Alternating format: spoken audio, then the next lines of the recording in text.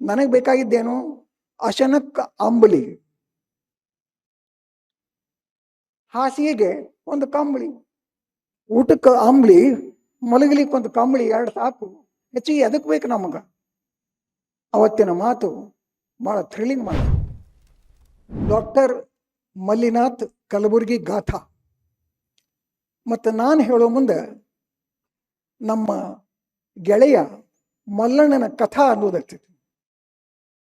ಆ ಗಾಥಾ ಮತ್ತು ನನ್ನ ಕಥಾ. ಅಲ್ಲಿ ಡಾಕ್ಟರ್ ಕಲಬುರ್ಗಿ, ಇಲ್ಲಿ ನಮ್ಮ ಮಲ್ಲಣ್ಣ.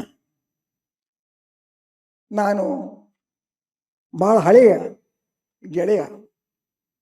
ಬೆಳಗಿನಿಂದನೂ ನಮ್ಮ ಗೆಳೆಯನ ವಿಶೇಷಗಳನ್ನು ಕೇಳಿದಾಗ ಬಹಳ ಹರ್ಷ ಆಯಿತು, ಬಹಳ ಸಂತೋಷ ಆಯಿತು.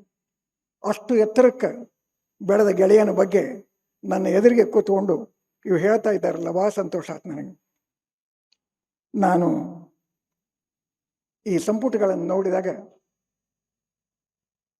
ಕಲಬುರಗಿಯ ಮಹಾಮಾರ್ಗದ ಮಹಾಯಾನದ ಕಥೆ ಇದೆಯಲ್ಲ, ಅದರ ಕಲಬುರಗಿಯ ಇನ್ನೊಂದು ಮುಖಾನೂ ಇದೆ, ಸ್ನೇಹದ ಮಾರ್ಗ.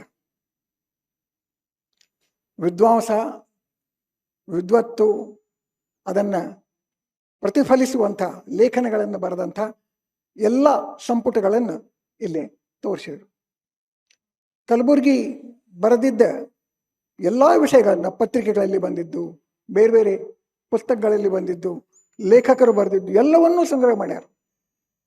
ಬಹುಶಃ ನಮ್ಮ ಕರ್ನಾಟಕದ ಅನೇಕ ಸಂಪಾದಕರಿಗೆ, ವಿದ್ಯಾರ್ಥಿಗಳಿಗೆ, ಅಧ್ಯಾಪಕರಿಗೆ, ಸಂಸ್ಥೆಗಳಿಗೆ ಆದರ್ಶವಾಗುವಂಥ ಒಂದು ಪುಸ್ತಕ ಎಲ್ಲ ಸಂಪುಟ.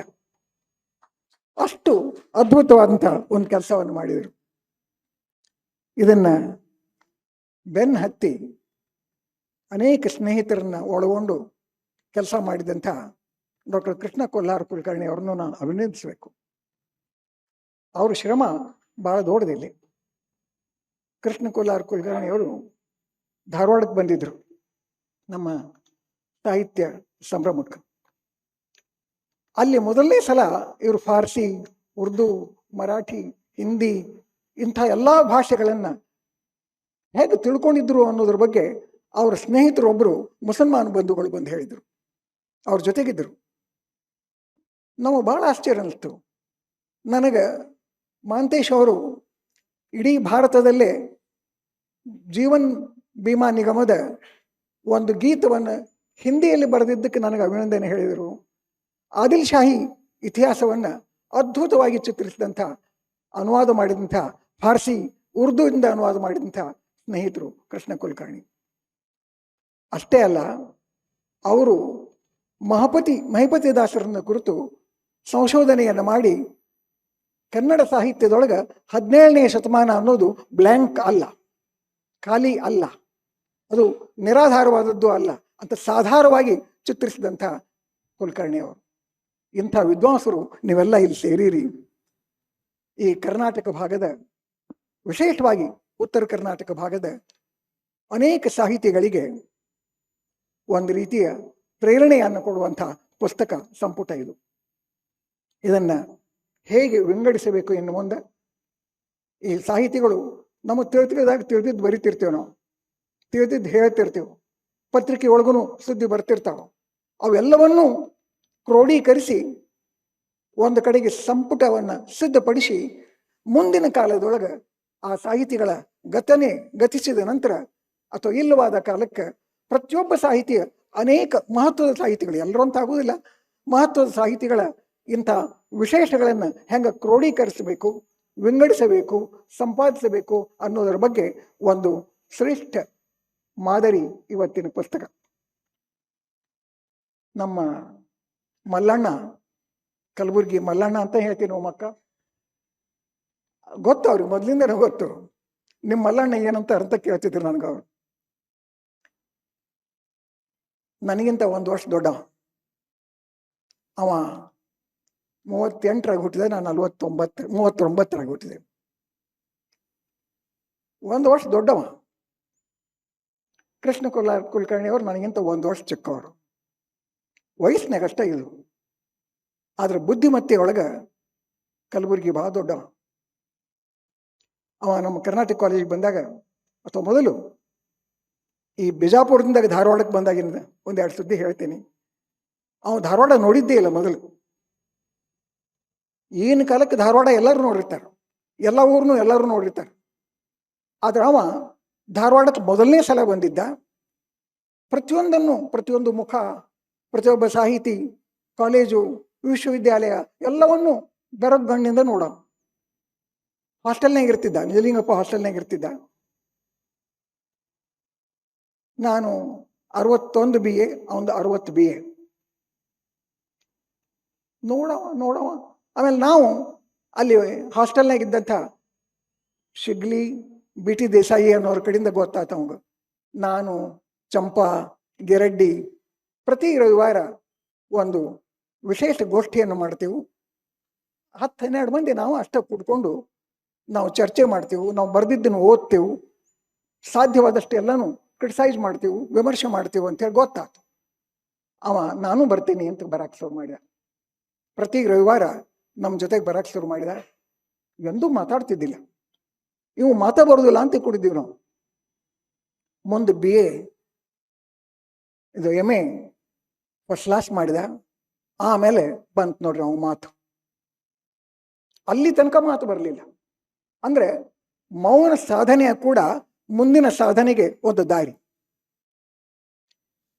ಆ ನಂತರ ನನ್ನ ಕರ್ನಾಟಕ ಕಾಲೇಜಾಗ ನಮ್ಮ ಜೊತೆಗೇನೆ ಬಂದ. ನಾನು ಅಲ್ಲೇ ಕುಡಿದೀವಿ. ಒಂದ್ಸಲ ಎಷ್ಟು ಮೌನವಾಗಿ ಎಲ್ಲ ವಿಚಾರ ಮಾಡ್ತಿದ್ದ, ಹೇಳ್ತಿದ್ದ ಅಂದ್ರೆ ನನ್ನ ಡಿಪಾರ್ಟ್ಮೆಂಟಿಗೆ ಬಂದ. ಪಟ್ನಶೆಟ್ಟಿ ಅಂತಿದ್ದ ಎಷ್ಟು ದಿನ. ಅವತ್ತ್ಯಾಕೋ ಸಿದ್ಲಿಂಗ ಅಂದ. ನಾನು ಕಲಬುರ್ಗಿ ಅಂತಿದ್ದೆ, ಇವಾಗ ಏನು ಅನ್ಬೇಕಿನ ಮೇಲೆ ಅಂದೆ. ಅಲ್ಪ ನನಗೆ ಸಿದ್ಲಿಂಗ ಅಂತೀಯಲ್ಲ, ನಾ ಏನು ಕೇಳಲಿ, ನನಗೆ ಮಲ್ಲಣ್ಣ ಅನ್ನಲ್ಲ. ಅವತ್ತಿನಿಂದ ಆ ಮಲ್ಲಣ್ಣ ಅನ್ನೋ ಪದ ನನಗೆ ಸಿದ್ಲಿಂಗ ಅನ್ನೋದು ಅವಾಗ ಆಪ್ತ ಒಂದು ಎಳಿ ಸುಖಂಗಾತು. ಇಬ್ರು ಕೂಡ್ಕೊಂಡು ಕ್ಲಾಸಿನ ಕಡೆ ಹೊಂಟಿವಿ. ದಾರಿ ಒಳಗೆ ಹೇಳಿದ, ಈ ಪಳೆನ್ಕರ್ ಕೂಡ ನೀನು ಕೂಡಬೇಡ. ಅವ ಯಾರಿಗೆ ಪಳೆನ್ಕ ಅಂತಿದ್ದವನು ನನಗೆ ಗೊತ್ತಿತ್ತು, ಅವಗೂ ಗೊತ್ತಿತ್ತು. ಯಾಕೆ ಅಂದೆ ನಾನು, ನಿನ್ನ ಬಳಸ್ಕೋತಾರ, ಬೆಳೆಸೋದಿಲ್ಲ. ಬಳಸ್ಕೋತಾರ, ಬೆಳೆಸೋದಿಲ್ಲ. ಅವನ ಭಾಷೆನೇ ಹಂಗ. ಬಳಸ್ಕೋತಾರೆ ಎಲ್ಲರೂ, ಬೆಳೆಸೋದಿಲ್ಲ. ಅವ್ರು ತಾವ ಬೆಳೀತಾರೆ ಅಥವಾ ತಾವು ಬೆಳ್ಕೋತಾರೆ. ನೀನು ಎಚ್ಚರಿಕೆಯಿಂದ ಇರು ಅಂತ. ಆಮೇಲೆ ಮುಂದೊಂದು ವರ್ಷ ಆದ್ಮೇಲೆ ಯೂನಿವರ್ಸಿಟಿಗೆ ಹೋದ. ಅವಾಗ ಸಹಿತ ಮೇಲಿನ ಮೇಲೆ ಹೇಳ್ತಿದ್ದ. ಅವಾಗೇನು ಫೋನ್ಗೇನು ಇರ್ತಿದ್ದಿಲ್ಲ. ಭೇಟಿ ಆದಾಗ ನಾನು ಒಂದು ಮಾತು ಹೇಳಿದ್ದೀನಿ, ನನಗೆ ನೆನಪೈತೇನೆ, ನೀ ಮರ್ತಿ ಕಾಣ್ತತಿ ಅಂತಿದ್ದ. ನಾ ಮರ್ತಿಲ್ಪ, ನಿನ್ನ ಹೆದರಿಕೆಗೆ ನೀನು ಅಂತೇಳಿ ಬಂದಿಲ್ಲ ಅಂತೇನೆ. ನಿನ್ನ ಹೆದರಿಕೆಗೆ ಬಂದಿಲ್ಲ ಅಷ್ಟೇ. ಆಮೇಲೆ ಅವ ಕಾಲೇಜಿನಾಗ ಬಂದ್ಮೇಲೂ ಕೂಡ ಕೇಶರಾಜ, ಕವಿರಾಜ ಮಾರ್ಗ, ಹಳಗನ್ನಡ ಇಂಥವನ್ನೇ ಹೇಳುವ. ಯಾಕೆ ಹೇಳ್ತಿದ್ದ ಅಂತಂದ್ರೆ ಕನ್ನಡ ಡಿಪಾರ್ಟ್ಮೆಂಟಿನ ಉಳಿದವ್ರಿಗೆ ಅವು ತಿಳಿತಿದ್ದಿಲ್ಲ. ಅವ ಹೇಳಕ್ಕನೆ ಕಲಬುರಗಿನ ಕರೆಸ್ಕೊಂಡಿದ್ದು, RC ಹಿರೇಮಠರಿಗೆ ಹೇಳಿ ಡಿಪಾರ್ಟ್ಮೆಂಟಿಗೆ ಹೇಳಿ ಕರೆಸ್ಕೊಂಡಿದ್ದು ಇಂಥ ಸಬ್ಜೆಕ್ಟ್ ಹೇಳ. ಅವ ಕ್ಲಿಷ್ಟ ಇದ್ದಿದ್ದನ್ನ, ಕಠಿಣವಾದದ್ದನ್ನ ಅತ್ಯಂತ ಸರಳವಾಗಿ, ಸುಗಮವಾಗಿ ಮಕ್ಕಳ ಮನಸ್ಸಿಗೆ ತಲುಪುವ ಹಂಗೆ ಹೇಳ್ತಿದ್ದ. ಇದನ್ನ ಅವ ಯೂನಿವರ್ಸಿಟಿಗೆ ಹೋದ್ಮೇಲೂ ಕೂಡ ನಮ್ಮ ಕಾಲೇಜ್ನಾಗ ಬಹಳ ದೊಡ್ಡ ಕೊರತೆ ಅಂತ ಅನಿಸ್ತು ನಮಗೂ. ಆಮೇಲೆ ಬೇರೆ ಬೇರೆ ಅಧ್ಯಾಪಕರು ಅದನ್ನು ಅನುಸರಿಸಿದರು. ಆ ಒಂದು ದೊಡ್ಡ ಹಾದಿಯನ್ನು ನಮಗೆ ಹಾಕಿಕೊಟ್ಟವ ಕಲಬುರ್ಗಿ. ಅಲ್ಲಿ ಹೋದ್ಮೇಲೆ ಅವನ ಸುತ್ತಲೇ ಒಂದು ದೊಡ್ಡ ಗೆಳೆಯರು ಬಳಕೆ ಕೊಡ್ತು. ಬಹಳ ವಿಚಿತ್ರ ಅಂತಂದ್ರೆ ಈ ಗೆಳೆಯರು ಎಲ್ಲರೂ ಜಯವಂತ ಕುಳ್ಳಿ ಅವನ ಅಡ್ಡ ಹೆಸರು. ಆಮೇಲೆ ಕೊಟ್ರಶೆಟ್ಟಿ ಮಾದೇವ ಅಂತ, ಕೊಟ್ರಶೆಟ್ಟಿ, ಕೊಟ್ರಶೆಟ್ಟಿ, ಆಮೇಲೆ ಸದಾನಂದ ಕನವಳ್ಳಿ ಅಂತಿದ್ರು. ಎಲ್ಲರೂ ಕಲಬುರಗಿ ಜೊತೆಗೆ ಕೊಟ್ರಶೆಟ್ಟಿ, ಕನವಳ್ಳಿ ಎಲ್ಲರೂ ಒಂದು ರೀತಿ ಮಂದಿನ ಹೆದರ್ಸವ್ರ ಇವರು. ವಿದ್ವತ್ತಿನಿಂದ, ಮಾತಿನಿಂದ, ಚಾಣಾಕ್ಷತನದಿಂದ ಕುಳ್ಳಿ ಅಂತೂ ನಮಗಿಂತ 2-3 ವರ್ಷ ಸೀನಿಯರ್ ಇದ್ದ. ಆದರೂ ಭಾಳ ಪ್ರೀತಿಯಿಂದ ನಮ್ಮನ್ನೆಲ್ಲ ನೋಡ್ಕೋತಿದ್ದ. ಅಷ್ಟು ಪ್ರೀತಿಯಿಂದ ನೋಡ್ಕೊಂಡು ನಾವು ಹೆದರ್ತಿದ್ದೀವಿ, ಯಾವಾಗ ಏನು ಮಾಡ್ತಾನೋ ಗೊತ್ತಿಲ್ಲ ಅಂತ. ಯಾಕಂದ್ರೆ RC ಹಿರೇಮಠರ ಬೆಂಬಲ ಭಾಳ ಇತ್ತು ಅವಂಗ ಕುಳ್ಳಿಗೆ. ಇವರಿಗೆ ಕೇಜ್ ಅಂತಿದ್ರು ಎಲ್ಲರೂ, ಕೇಜ್. ಕೇದ್ ಮುಂದೆ ಎಸ್. ಆದ್ರೆ ನಾವು CAGE ಅಂತ ಹೇಳಿ ನಾವು ತಿಳ್ಕೊತಿದ್ದೀವಿ. ಕೇಜ್ ನಮ್ಮನ್ನ ಒಂಥರ ಬಲಿ ಹಾಕಿದಂಗೆ ಹಾಕವ್ರು ಇವರು ಅಂತ ಇವ್ರ ಹೆದರಿಕೆನೇ ಇವ್ರಿಗೆ ಇರ್ತಿತ್ತು. ಅಷ್ಟು ಹೆದರ್ಕೊಂಡು ಅವ್ರನ್ನ, ಆದ್ರೆ ಅವ್ರು ನನಗೆ ಮಾತ್ರ ಎಂದೂ ಇಂಥ ಹೆದರಿಕೆಯನ್ನು ಉಂಟು ಮಾಡಲಿಲ್ಲ. ಭಾಳ ಪ್ರೀತಿಯಿಂದ ನೋಡ್ಕೋತಿದ್ರು. ವಿಶ್ವವಿದ್ಯಾಲಯದೊಳಗೆ ಕೂಡ ಅಷ್ಟೇ ಒಂಥರ ಸಜ್ಜನ, ವಿದ್ವಾಂಸ ಮತ್ತು ವಿದ್ವತ್ತಿನ ಗಣಿ, ಜನಪ್ರಿಯ ಅಧ್ಯಾಪಕ ಅಂತೇಳಿ ಕಲಬುರ್ಗಿ ಮುಂದೆ ದೊಡ್ಡ ಹುದ್ದೆಗೆ ಏರ್ಕೊಂತ ಹೋದ. ನಾವು ಗೆಳೆಯರೆಲ್ಲ ಕೂಡಿದಾಗ ಕವಿತಾ ಬರಿತೀವಿ. ಇವತ್ತು ಗಿರಡ್ಡಿನೂ ಒಂದು ಮಾತು ಹೇಳಿದ, ಅವನು ಕವಿತಾ ಬಿಟ್ಟ, ಗಿರಡ್ಡಿನೂ ಕವಿತಾ ಬರೆಯೋದು ಬಿಟ್ಟ, ಉಳಿದವರು ಬಿಟ್ಟರು. ಕಲಬುರ್ಗಿ ಹೇಳ್ತಿದ್ದ, ನೋಡಪ್ಪ ನಿನ್ನಂಗೆ ಕವಿತಾ ಬರೀಬೇಕು, ಚಂಪಾ ನಂಗೆ ನಾಟಕ ಬರೀಬೇಕು ಅಂತ. ಹಂಗಾರೆ ಬರೀ ತೋರ್ಸಲ್ಲ, ಹಂಗಾರೆ ನಾಳೆ ಕೊಡ್ತೇನೆ ನೋಡ ಅಂದ. ಮರುದಿನ ಅಮೃತಮತಿ ಅಂತ ಒಂದು ಕವಿತಾ ಬರ್ಕೊಂಡು ಬಂದ. ಅಮೃತಮತಿ ಅಂತ ಒಂದು ಕವಿತಾ ಬರ್ಕೊಂಡ್ ಬಂದ. ಭಾಳ ಚಂದ ಐತಲ್ಲ ಅಂದೆ ನಾನು. ಇನ್ಮೇಲೆ ಹಿಂಗ ಬರ್ಕೊಂತ ಹೋಗಿ ನೀನು. ನಾವು ಬರೆಯುವುದಿಲ್ಲ, ನಾ ಕವಿ ಅಲ್ಲ, ಆದ್ರೆ ಕವಿಗಳಿಗೆ ಕವಿತಾ ಹೆಂಗೆ ಬರೀಬೇಕು ಅಂತ ಹೇಳಕ್ ಬರ್ದೇನೆ ಅಂದ. ಭಾಳ ವಿಚಿತ್ರ ಅನಿಸ್ತು. ಕವಿಗಳಿಗೆ ಹೆಂಗೆ ಕವಿತಾ ಬರೀಬೇಕು ಅಂತ ಹೇಳಕ್ ಬರ್ದೇನೆ, ನಾನು ಇದನ್ನು ನನ್ನ ಸಂಕ್ರಮಣ ಪತ್ರಿಕೆ ಒಳಗೆ ಪ್ರಕಟ ಮಾಡ್ತೀನಿ ಅಂದೆ. ಮಾಡ್ಕೊ, ನಿನ್ನ ಕೈಯಾಗ ಕೊಟ್ಟಿರಿ ಅಂದ್ಮೇಲೆ ತಿಳ್ದಂಗೆ ಮಾಡ್ಕೊ. ಮನಸ್ಸಿತ್ತು ಅವಾಗ ಹಾಕ್ಬೇಕು ಸಂಕ್ರಮಣದಾಗ ಅಂತೇಳಿ ಹಾಕಿದೆ, ಪ್ರಕಟ ಆಯ್ತು. ಅವತ್ತಿಂದ ಅವನ ಕವಿ ಏನು ಆಗಲಿಲ್ಲ, ಆದರೆ ಕವಿತೆಯ ಬಗ್ಗೆ ಅವನ ಮೋಹ ಕಡಿಮೆ ಆಗಿರಲಿಲ್ಲ. ಕವಿತೆ ಮತ್ತು ನಾಟಕ ಕೊನೆಯವರೆಗೂ ಹಾಂಟ್ ಮಾಡ್ತಿದ್ದು ಅವನು, ಇದರಂಗೆ ಆಗ್ಬೇಕು, ಹಿಂಗೆ ಮಾಡ್ಬೇಕು ಅಂತೇಳಿ. ಆಮೇಲೆ ಒಂದು ಸಲದ ಪ್ರಸಂಗ ನಾನು ಹೇಳ್ಬೇಕು. ನಮ್ಮ ಗಿರೀಶನ ಮನೆಯೊಳಗೆ ನಾವು ಕೂಡಿದ್ವಿ, ಕಾರ್ನಾಡಿನ ಮನೆಯೊಳಗೆ ಕೂತಾಗ ಕಾರ್ನಾಡ ಒಂದು ನಾಟಕ ಬರೆದಿದ್ದ, ತಲೆದಂಡ ಅಂತ. ಕಾರ್ನಾಡ್ ನನಗಿಂತ 2 ವರ್ಷ ಸೀನಿಯರು. ಹೈಸ್ಕೂಲ್ನಾಗ, ಬಸಲ್ ಮಿಷನ್ ಹೈಸ್ಕೂಲ್ನಾಗೂ ಕರ್ನಾಟಕ ಕಾಲೇಜ್ದಾಗೂ 2 ವರ್ಷ ಸೀನಿಯರ್ ಕಾರ್ನಾಡ್ ನನಗಿಂತ. ಧಾರವಾಡದೊಳಗೆ ಯಾವುದೇ ಕಾರ್ಯಕ್ರಮಕ್ಕೆ ಬರಲಿ, ನನಗೆ ಒಂದಿಬ್ರು ನಮ್ಮ ಶಫೀಕ್ ಖಾನ್ ಇತ್ಯಾದಿ ಗೆಳೆಯರಿಗೆ ಯಾವಾಗಲೂ ಫೋನ್ ಮಾಡಿ ನನ್ನ ಮನೆಯಿಂದ, ಲ್ಯಾಂಡ್ಲೈನ್ ಇರ್ತಿದ್ದ ಅವಾಗ, ಹೇಳವ ತಲೆದಂಡ ನಾಟಕ ಬರ್ದೇನಿ, ಇದಕ್ಕೆ ಓದಾಕ್ ಬರಬೇಕು. ತಲೆದಂಡ ಬಸವಣ್ಣನ ಬಗ್ಗೆ ನಾನು, ಹೌದು ಒಂದು ಹಂಗಾರೆ ಕಲಬುರ್ಗಿ ಅಂತ ನಮ್ಮ ಗೆಳೆಯ ಅದ, ನಾನು ಬಸವಣ್ಣನ ಬಗ್ಗೆ ಭಾಳ ತಿಳ್ಕೊಂಡ ನಾವ, ಅವನು ಕರ್ಸೋಣ ಅಂದೆ ನಾನು. ಹೇಳಲ್ಲ, ಹೇಳು. ಕಲಬುರ್ಗಿ ಜೊತೆಗೆ ನಮ್ಮ ಸ್ನೇಹಿತರು ಬಂದರು. ಅವರೆಲ್ಲ 2-2.5-3 ತಾಸು ವಾಚನ ಆಯಿತು. ನಡುವಳ ಚಾನು ಕುಡ್ಕೊಂತ ಆಯ್ತು. ಅದಾದ್ಮೇಲೆ ಕಲಬುರ್ಗಿ ಬಾಯಿ ಬಿಟ್ಟ, ಇದೇನೈತಲ್ಲ ನೀವು ಕರ್ನಾಟಕ ಬರೆದಿದ್ದು, ಬಸವಣ್ಣ ಹಿಂಗೆ ಇದ್ದಿದ್ದಿಲ್ಲ. ಶುರು ಆತ ಅವನು ಅಲ್ಲಿಂದ. ಬಸವಣ್ಣ ಹಿಂಗೆ ಹೇಳಿದ್ದಿಲ್ಲ, ಬಸವಣ್ಣನ ಗೆಳೆಯರು ಹಿಂಗೆ ಇದ್ದಿದ್ದಿಲ್ಲ. ಶುರು ಆತು. ವೈದಿಕರು ಅವ್ನು ಭಾಳ ಕಾಡಿದ್ರು. ವೈದಿಕರು ಕೂಡ ಮಾತಾಡಕತ್ತಾನ ಇವನು. ನಮ್ಮ ಕಲಬುರ್ಗಿ ಮಲ್ಲಣ್ಣು ವೈದಿಕರು ಹಂಗೆ ಹೇಳಿದ್ದಿಲ್ಲ, ಅವ್ರು ಬೇರೆನೇ ಹೇಳಿದ್ರು. ಅವ್ರ ಹಠನೇ ಬೇರೆ ಇತ್ತು.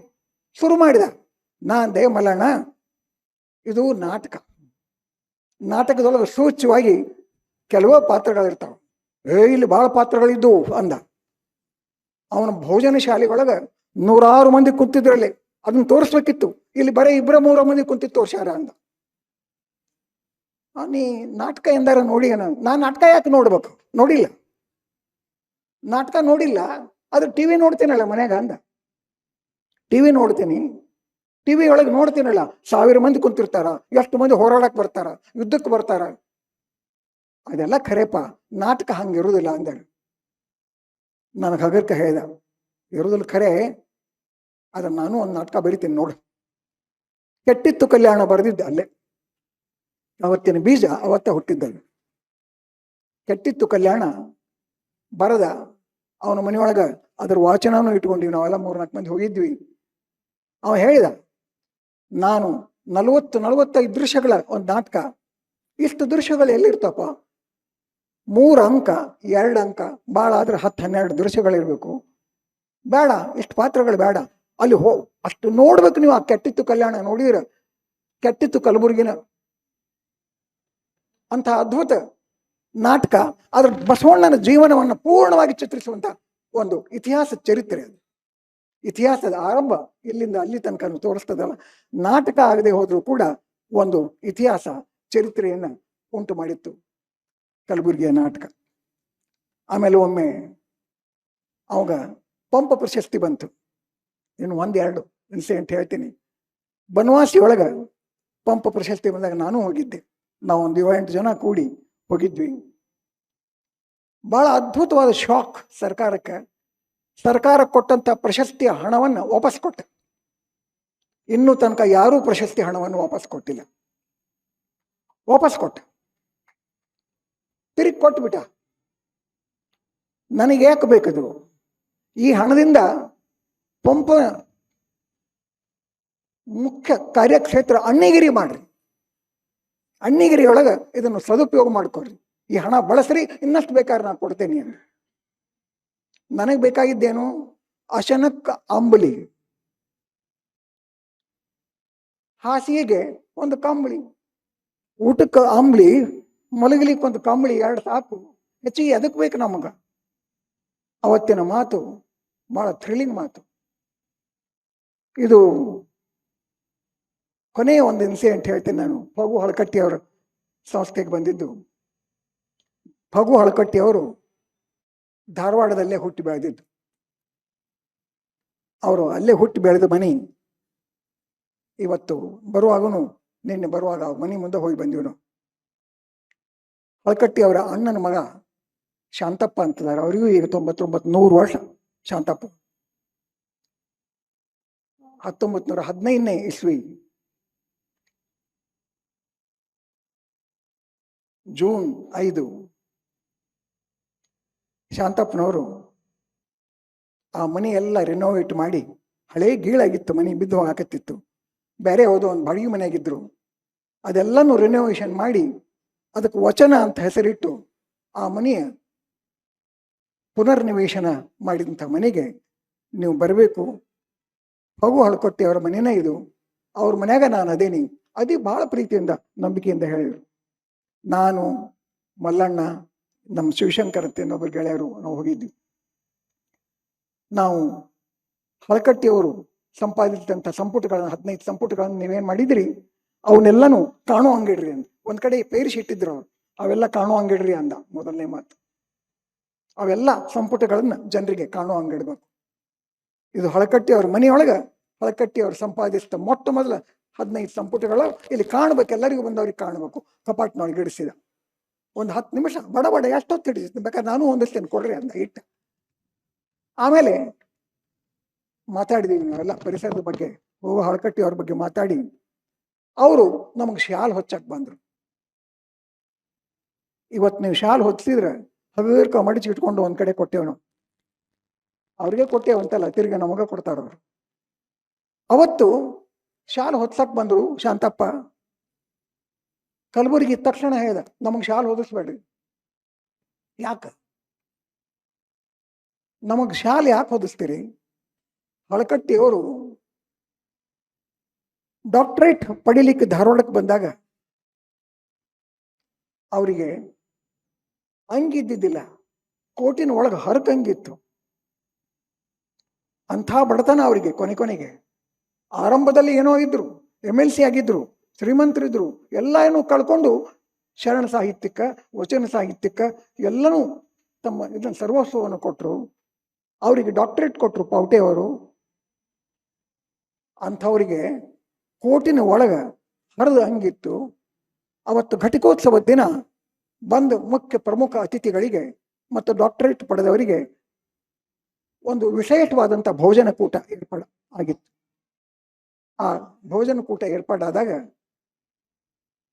ಎಲ್ಲರೂ ಕೋಟ್ ಕಳೆದಿಟ್ರು. ಮಸ್ತಿಯವರು ಇದ್ರು. ಅವತ್ತು 1956 ಡಿಸೆಂಬರ್ 3ನೇ ತಾರೀಕು, 56 ಡಿಸೆಂಬರ್ 3 ನನಗೆ ನೆನಪದ.